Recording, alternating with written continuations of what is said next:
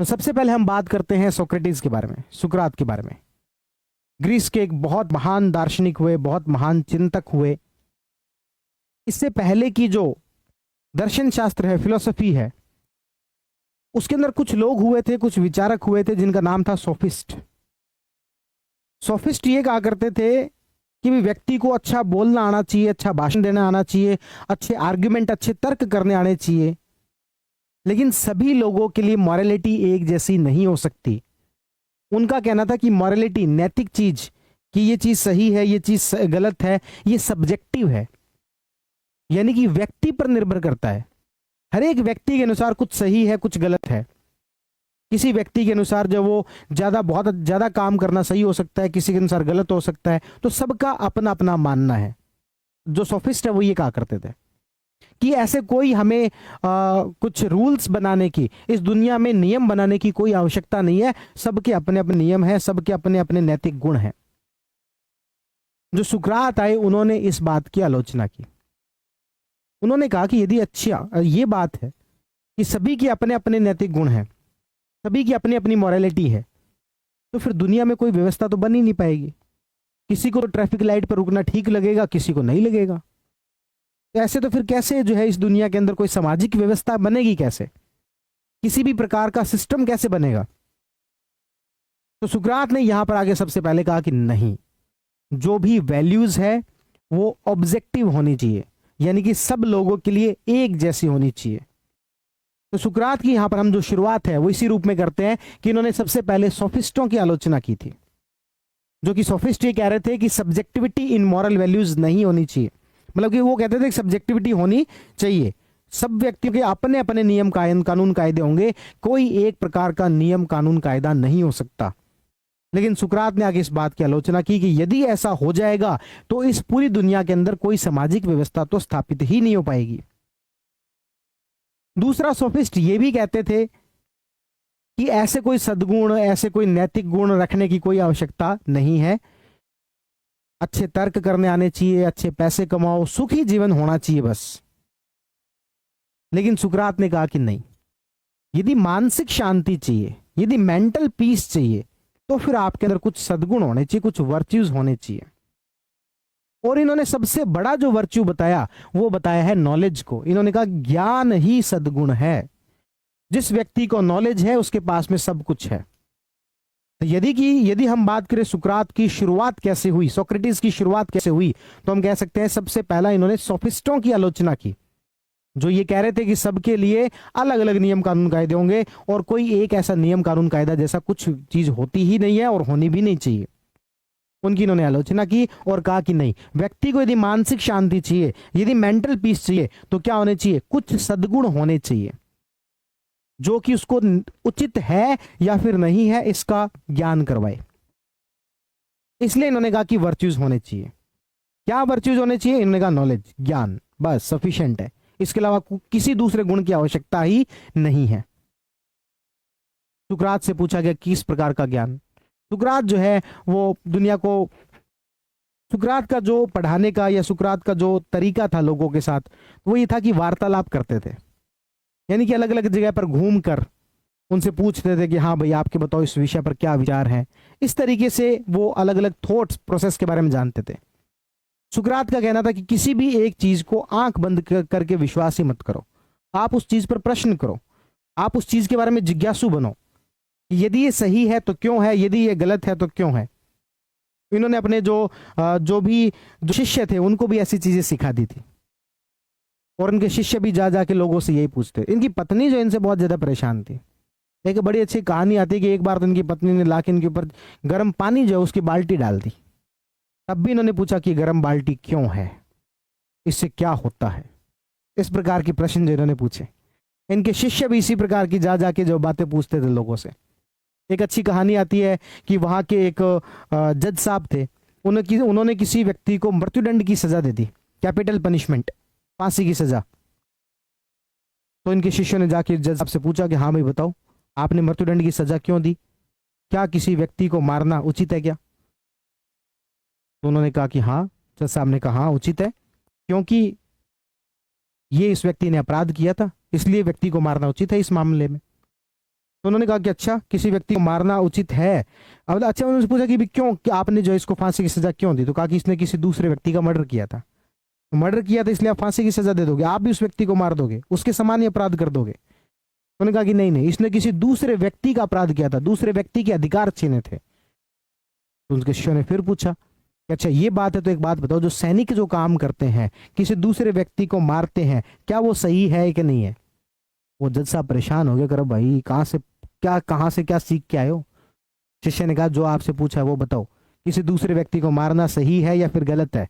क्या जो सैनिक किसी दूसरे व्यक्ति को मारता है वो सही है या फिर गलत है? तो जज साहब ने अपना आंसर थोड़ा सा और चेंज किया। उन्होंने कहा नहीं नहीं, शांति काल में कोई यदि किसी की हत्या करता है तो वो गलत है, वो तो युद्ध की परिस्थितियां हैं, उसमें कोई गलत नहीं है। लेकिन शांति काल में कोई गलत करता है, किसी की हत्या करता है, तो वो गलत है। तो शिष्य ने फिर से पूछा कि अच्छा एक बात बताओ, आपने फांसी की सजा दी है, तो वो जो जल्लाद होगा जो कल उसको फांसी पे लटकाएगा, वो शांति काल में लटका रहा है? बोले हाँ। तो क्या वो सही है गलत है? जज साहब ने जूते निकाले कि कहां से सीख के आए तुम्हें? तो बोले सुकरात से। तो सुकरात की जो है बहुत ज्यादा चर्चा थी, वो अपने शिष्यों को बस यही कहते थे, हर बात पर प्रश्न करो, किसी भी बात को सीधे सीधे मत मानो। तो चलो ये तो होगी सब कहानियों की बात, अपन आते हैं याद करने की बात पर। हमें क्या याद रखना है? तो सुकरात के अनुसार जो ज्ञान है वही सबसे बड़ा सद्गुण है। नॉलेज, किसी भी चीज के बारे में प्राप्त करना, वही सबसे बड़ा सद्गुण है। और सुकरात के अनुसार ज्ञान का मतलब ये नहीं जो हम पढ़ रहे हैं किताबी ज्ञान, कोई 2+2 कितने होते हैं वो सब देख लिया, ये राजधानी किसकी क्या है, यानी कि तथ्यात्मक ज्ञान नहीं, फैक्चुअल इंफॉर्मेशन नहीं। तो फिर क्या? आत्मज्ञान, सेल्फ नॉलेज, खुद के बारे में जानना।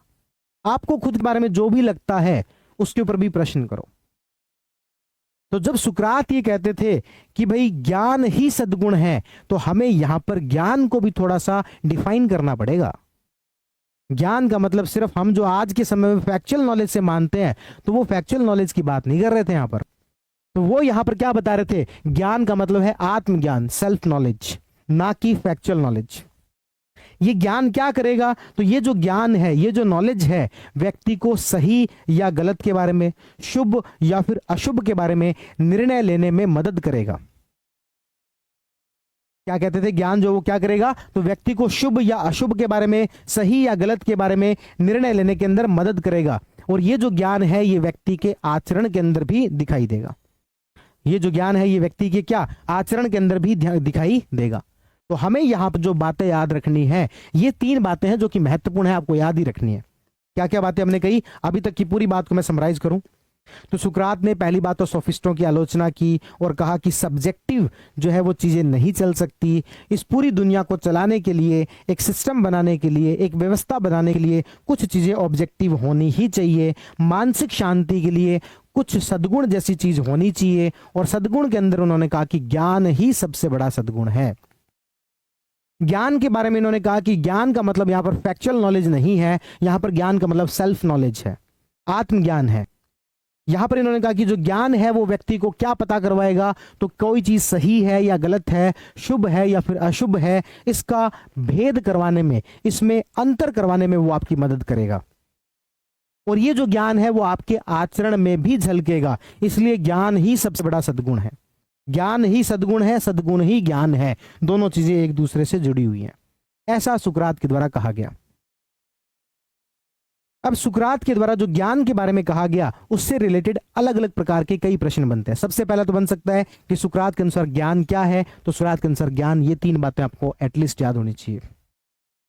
इसके अलावा और क्या प्रश्न बन सकते हैं? तो इन्होंने कहा कि ज्ञानी व्यक्ति कभी भी अनैतिक कार्य कर ही नहीं सकता। किसी व्यक्ति को नॉलेज है तो वो इमोरल काम तो कर ही नहीं सकता। यदि कोई व्यक्ति अनैतिक कार्य कर रहा है, इसका मतलब उसे नॉलेज ही नहीं है। यदि कोई व्यक्ति किसी दूसरे की हत्या कर रहा है तो उसको उससे पता ही नहीं है कि हत्या करना क्या होता है, हत्या करना उसके हमारे ऊपर क्या कॉन्सिक्वेंसेज हो सकते हैं। ओवरऑल इनका कहना है कि कोई भी व्यक्ति जो ज्ञानी है वो अनैतिक कार्य कर ही नहीं सकता। इसीलिए ज्ञान ही सबसे बड़ा सद्गुण है। ठीक है, तो ये सारी बातें बताते हैं कि स्वेच्छा से कोई भी व्यक्ति बुरा नहीं करता। यदि कोई भी व्यक्ति किसी दूसरे का बुरा कर रहा है, इसका मतलब उसे नॉलेज नहीं है उस चीज के बारे में, कि वो जो ये काम कर रहा है उसके कॉन्सिक्वेंसेस क्या होंगे, इसके परिणाम क्या होंगे, उसे पता नहीं है। यदि उसे पता होता, यदि वो ज्ञान होता, तो वो ये गलत काम कभी नहीं करता। इसलिए वो कहते हैं कि ज्ञान ही सबसे बड़ा सद्गुण है। ठीक है, तो ये कोई भी व्यक्ति यदि जो ज्ञानी होगा वो कोई भी इमोरल काम नहीं करेगा।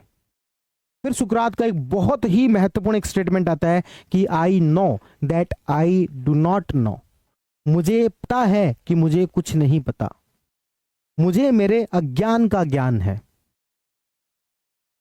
कहते हैं कि ग्रीस में उस समय में एक भविष्यवाणी हुई, या भविष्यवाणी या फिर क्या आकाशवाणी हुई कि इस ग्रीस के अंदर सबसे कोई ज्ञानी व्यक्ति है तो वो सुकरात है।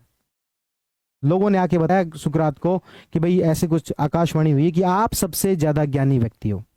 उसने कहा नहीं नहीं ऐसा कुछ नहीं, मैं काहे का ज्ञानी, मुझे तो बहुत सारी चीजें नहीं पता। 2-4 दिन बाद सुकरात वापिस आते हैं और कहते हैं हाँ यार बात तो सही है, मैं सबसे बड़ा ज्ञानी हूं। क्यों हूं? क्योंकि मैंने बहुत सारे लोगों से कुछ सवाल पूछे और उनको उन सवालों के जवाब नहीं आ रहे थे, पर फिर भी वो कुछ ना कुछ जवाब दिए जा रहे थे। यानी कि उनको ये भी नहीं पता कि उन्हें ये चीज नहीं आ रही, मुझे कम से कम ये तो पता है कि ये चीज मुझे नहीं आती। उनके अनुसार सबसे बड़ा ज्ञानी वही है जिसको अपने अज्ञान का ज्ञान है, जिसको अपने इग्नोरेंस का जो नॉलेज है वही सबसे बड़ा ज्ञानी है। तो सुकरात के अनुसार क्या है कि I know that I do not know. यदि ऐसा कुछ प्रश्न आता है कि इसकी व्याख्या करो या इसके बारे में समझाओ, इसका क्या मतलब है, इसको सुकरात थोड़ा सा और एक्सप्लेन करते हैं। वो ये कहते हैं कि जो नॉलेज है ना वो आपकी अज्ञानता को वाइडेंस करता है और ज्यादा बढ़ाता है। एग्जाम्पल के तौर पर मैं यदि कहूं कि भाई इस धरती के ऊपर 7 ग्रह हैं तो आप कहते हो हाँ हमें पता है। एक नई रिसर्च हो जाए कि नहीं इस धरती पर जो है ना, इस पूरी यूनिवर्स के अंदर जो है ना 12 ग्रह, 7 नहीं 12 है, तो जैसे ही आपको नया नॉलेज हुआ, फिर से सुनना बात को, क्या कह रहे हैं सुकरात कि मुझे मेरे अज्ञान का ज्ञान है। और यदि मैं कहता हूं कि इस धरती पर 7 ग्रह, तो आपके लिए कोई नई बात नहीं है, कोई बड़ी बात नहीं है, आप कहोगे हाँ पता ही मुझे। कोई नई रिसर्च आ जाए और वो ये कहे कि नहीं इस यूनिवर्स, सॉरी मैं धरती गलत बोल रहा हूं, इस यूनिवर्स पर 12 ग्रह हैं, 12 अलग अलग प्रकार के प्लेनेट हैं। अब आपको क्या मिला, एक नया नॉलेज मिला कि 12 प्लेनेट है, लेकिन ये जो नया नॉलेज है वो आपके नए अज्ञान को बढ़ा रहा है कि वो 5 कौन से भाई साहब, और वो यदि 5 है तो क्या पहले क्यों नहीं खोजे गए, वहां पर क्या जीवन अस्तित्व में है या फिर नहीं है, वहां का एनवायरनमेंट कैसा है। यानी कि आपको जो भी नया नॉलेज होता है वो आपके नए अज्ञान को बताता है।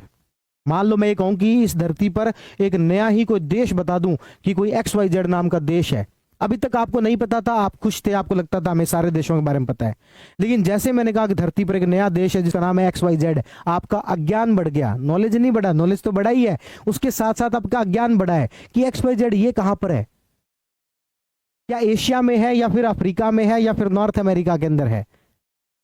तो यहां पर सुकरात का क्या कहना है कि आपका जो नॉलेज है वो आपके अज्ञान को बढ़ाता है, और आपका जो अज्ञान है वो आपको प्रेरित करता है कि और ज्यादा नॉलेज को गेन किया जाए।